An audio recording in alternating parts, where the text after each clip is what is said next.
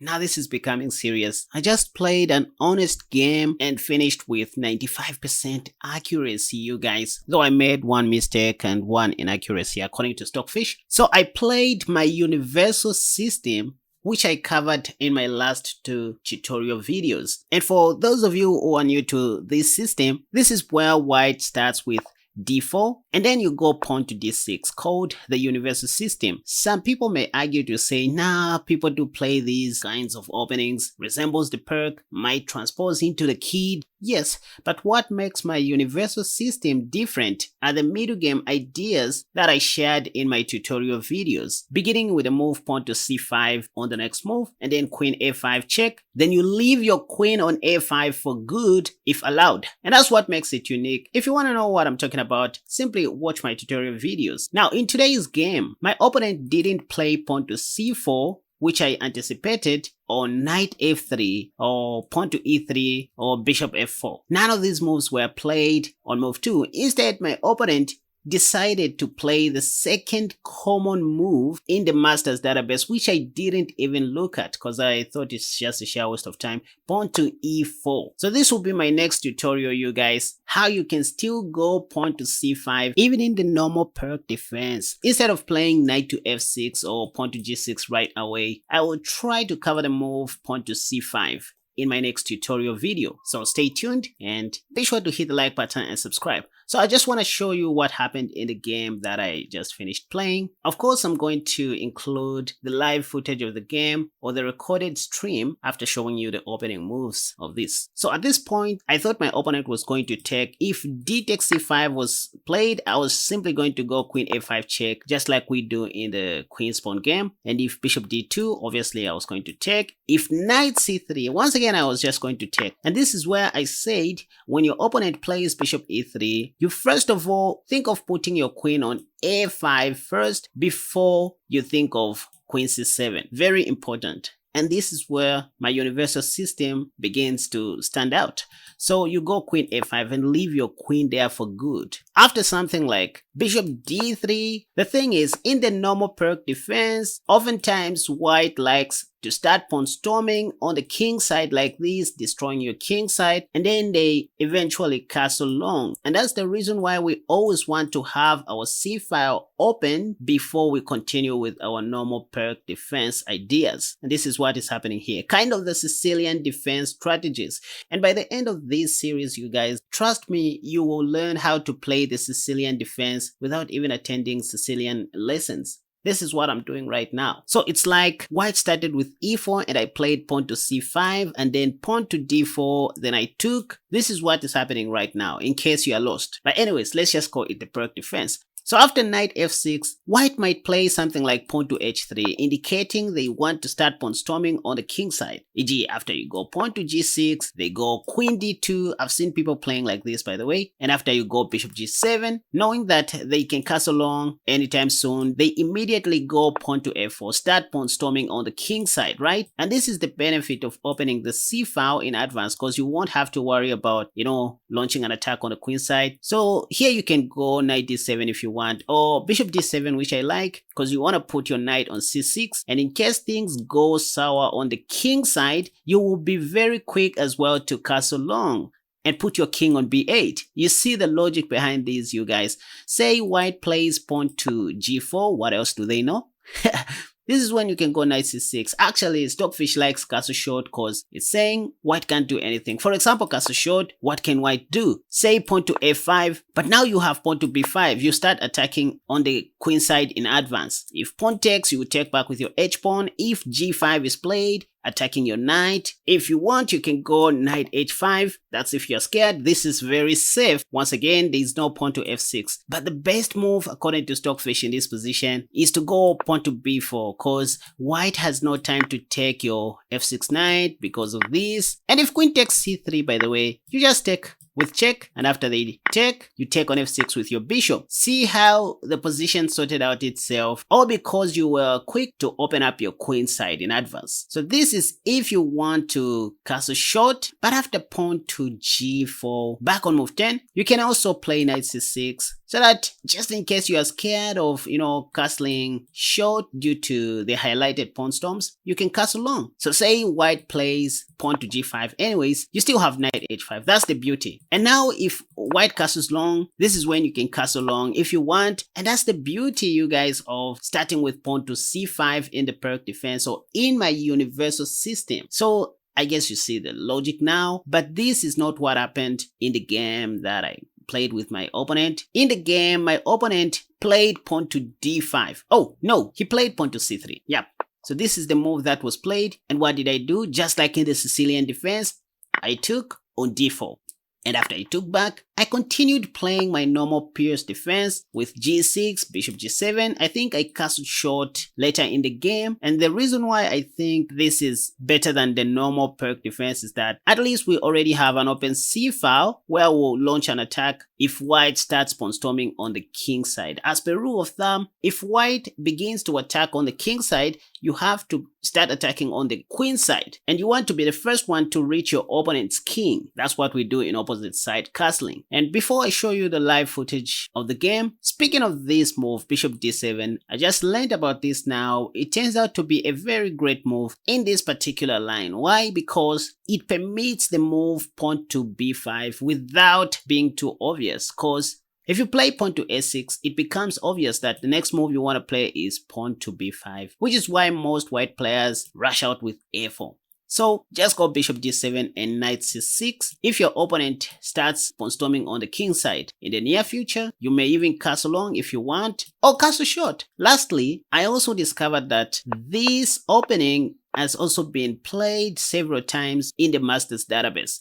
For example, Sergei Kajakin won a beautiful game against Nepo in 2017. We are going to look at such model games in my future videos. MVAO has also played this and other notable super grandmasters. So never be ashamed of playing pawn to c5. And the win rate, guys. See the win rate in the Masters database, 31%. People don't just know about this. But anyways, so now let's look at the game that I had following my strategic ideas in this so-called universal system.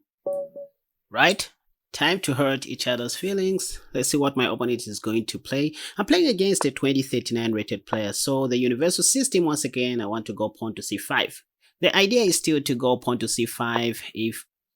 Wow! Pawn to e4. Okay, c5. So my opponent chose to transpose the game back to the normal Pirc defense with e4, d4, which is one advantage of playing this universal system. Okay, c3, I think let me just take as if I'm playing the Sicilian defense, right? I'm now playing the normal Pirc defense, or what I call the improved Pirc defense, because of my open c file, which we rarely see in the normal Pirc defense. And the reason why we want to have our c file open or our queen side open is that we also want to be quick in development on the queen side should white start pawn storming on the king side. So later I can go queen a5, bishop d7, or even knight d7 like here. I also have queen b6 in some lines and knight c6.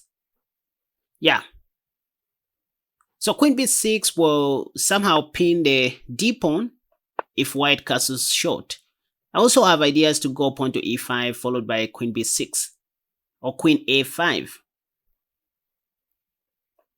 Okay, I wanted to go bishop g4. Now white has played pawn to h3 to his credit. Now queen b6, pressurizing the d pawn.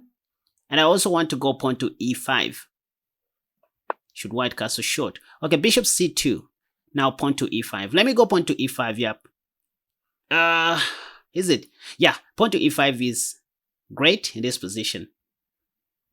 So e5, if pawn takes, I also have knight takes e4 in the near future, by the way, sacrificing my knight to take white's knight on e5. Okay, pawn to d5, knight d4. Yeah, let me go knight d4. If knight takes e5, I have knight takes e4, winning the knight on e5. So these are just simple tactics that many people know in the Pirc defense. So I'm attacking the light squad bishop. white should do something about this. So I feel great about my position, you guys, and this is one benefit of playing the universal system once again, because of the flexibility. There we see knight e2. You know, if white castles short, I'll play pawn to d3. Can I go knight h5 here? Or knight takes e4, or knight d7. I don't even know what I should do now. Okay, now this is very tricky. First of all, white can't castle short because of pawn to d3. I'm going to win a piece. I'm going to win a free piece. Or rook e8. I think let me go rook e8. Can I? Rook e8 will put more pressure on the e4 pawn. And in some lines, I can even take on d5 with my knight. I think let me play rook e8. I also have knight takes d5 in some lines.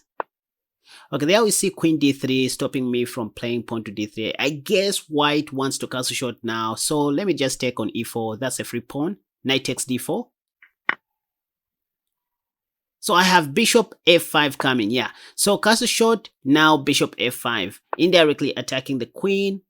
And if white takes my bishop with his rook, I'm gonna take back with my pawn. The thing is, white can't move his queen because I'm gonna play pawn to d3 and win either the knight or the light squad bishop. So I'm just going to be up a piece for nothing.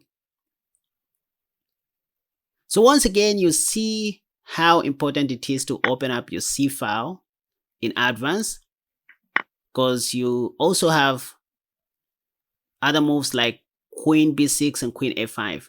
I'm planning to go knight c5 next, attack the queen and play pawn to d3. Simple tactics to win a free piece.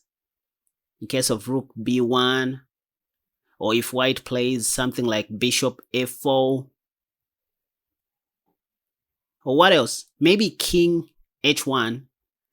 King h1, I have knight f2 check and win the queen. If king h2, I still have knight f2, I think. Learn to predict your opponent's moves. There we see bishop f4, just like I predicted. And now this allows me to go knight c5, attacking the queen. And next, I'm ready to go pawn to d3, just trying to win a free piece. So I calculated all these things in advance. By the way, I'll take the knight on e2 with my rook, not my pawn. I'll play pawn to d3 and then take on e2 with my rook. Okay, there we see queen takes f5. Yeah, queen takes f5 is a nice try. Maybe white is trying to checkmate me on h8. I have king f8 though. So now this is a very simple trick. Pawn to d3, double attacking the knight and the bishop. If bishop takes, I have knight takes d3, discovery check. And next I'm going to win something like the knight for free, or the other bishop. So this is a great game, you guys. I love what I see on the board, and I highly recommend that you try out my universal system with d6. So there we see bishop b1, now rook takes. What did I tell you? I said I was going to play oh, by the way, I have knight e4, discovery check, and then do I have something like queen f2? Or maybe I take on e2 first with my rook. So rook takes e2, and then I also have rook e1 check. I have knight e4, discovery check, and mate. Maybe I'll play queen f2, something like, oh, pawn to b4. Okay, now I think this is the right time for me to go knight e6 or knight e4. I don't know. I also have bishop takes rook on a1. So many weaknesses.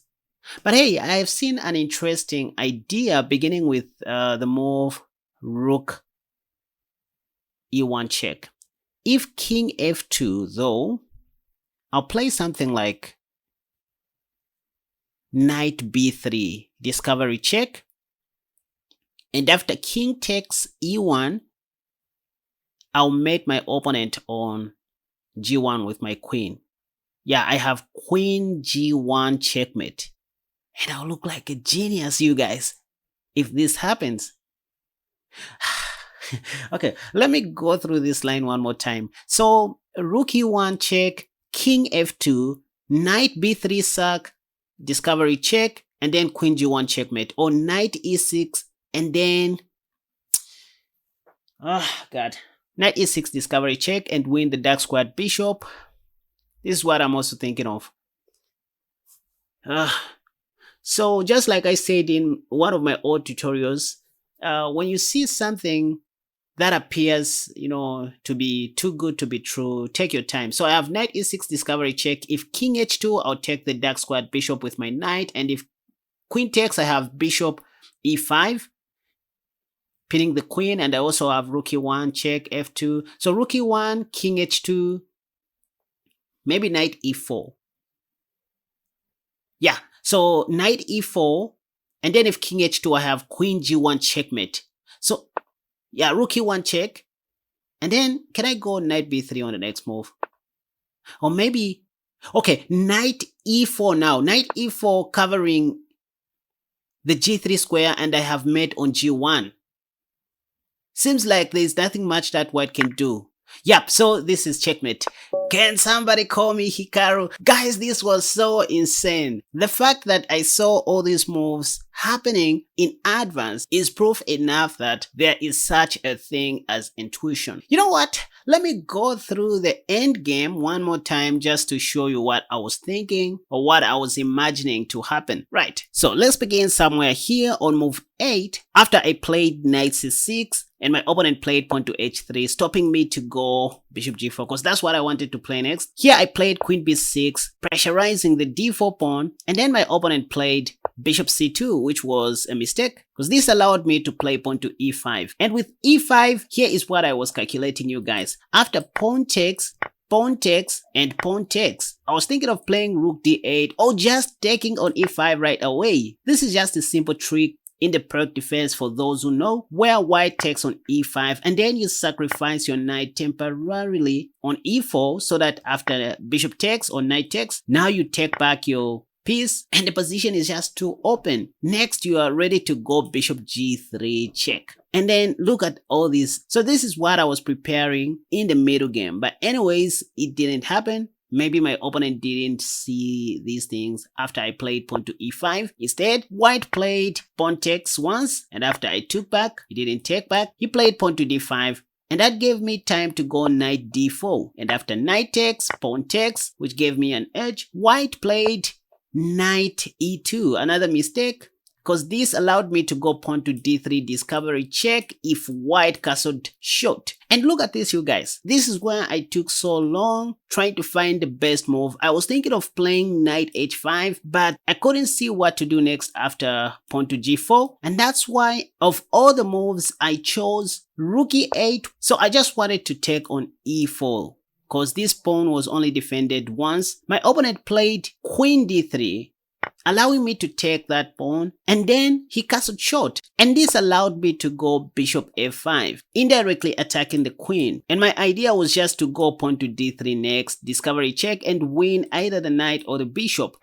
My opponent took my light squared bishop and I took back with my g-pawn, of course. And then after bishop f4 was played, I played knight c5, now attacking the queen. And after queen takes f5, this is when I played pawn to d3. A very cool move that I started preparing from way back. The idea is that if bishop takes happened, I was just going to take with my knight, discovery check, but this didn't happen. My opponent played bishop b1, and then see what I did. I took with my rook on e2, and the thing is, I still wanted to go knight e4 discovery check, or even better knight b3 discovery check, and maybe win the rook somehow.